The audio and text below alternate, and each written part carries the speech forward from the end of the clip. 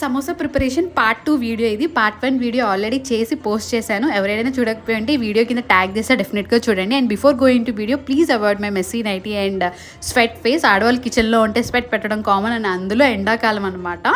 So ఇంకా సమోసాలోకి వచ్చేస్తే నాకు రోల్ చేయడం అస్సలు రాదు, కోన్ షేప్ చేయడం. పక్క నుంచి మా మమ్మీ గైడ్ చేస్తున్నారు, అమ్ము ఇలా చెయ్యి అని చెప్పి.